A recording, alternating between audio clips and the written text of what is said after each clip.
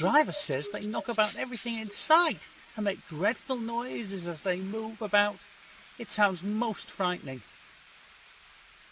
Percy, I think your driver's been watching too much of that telly something, huffed Thomas. Whatever this Poltergeist thing is, it certainly doesn't frighten me. Toby looked over mischievously. That's right, only regular ghosts scare you. Pah, hissed Thomas crossly. Anyways, everyone knows ghosts don't exist. They're just tall tales made up by silly little engines with bad manners. Percy said no more, but winked at Toby.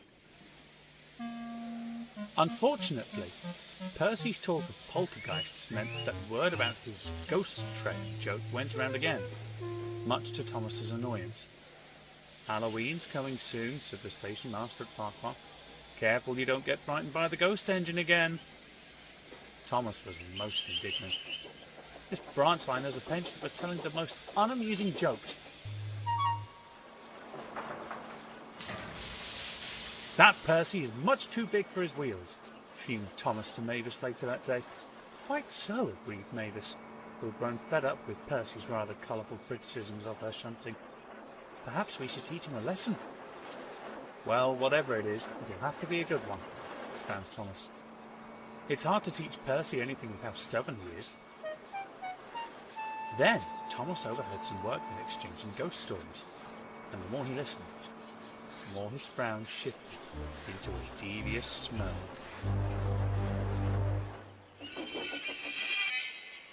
Say, Percy, I think your driver was on to something with that whole poltergeist talk. Percy was puzzled. Oh, really? How so? I heard a workman at the quarry talking about one right here, on my branch line. It haunts our shed at night, slamming the doors shut and knocking over whatever's nearby, and makes the most horrifying wailing sound. Percy laughed. If you thought you could scare me with that pathetic story, you're stupider than I thought. Oh no, insisted Thomas, it's real. The man sounded quite serious. Well, if it's real, why haven't I seen it before?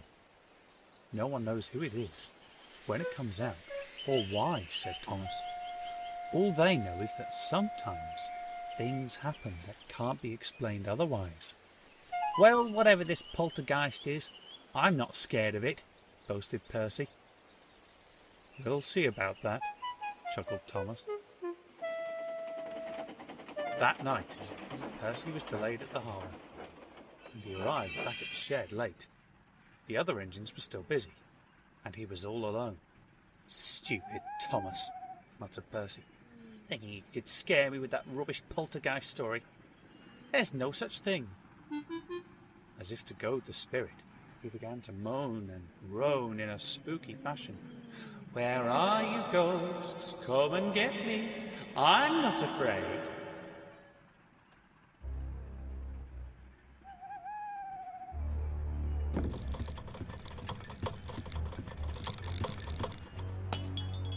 Percy was taken aback. Thomas? He called. No reply came. As if on cue, the shed doors flung open and slammed shut almost instantly. Percy was starting to feel very frightened. Then, he felt someone's hand on his controls. Who's there? He demanded.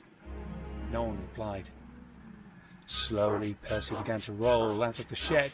Help! He cried, but there was nothing he could do. When he opened his eyes, he found that he had come off the points leading out to the branch line.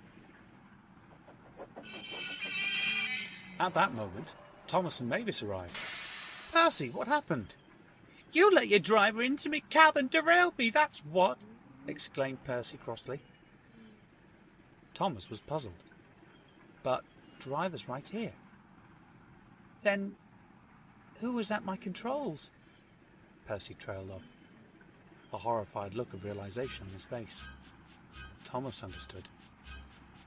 In the distance, the shed doors closed with one final slam. And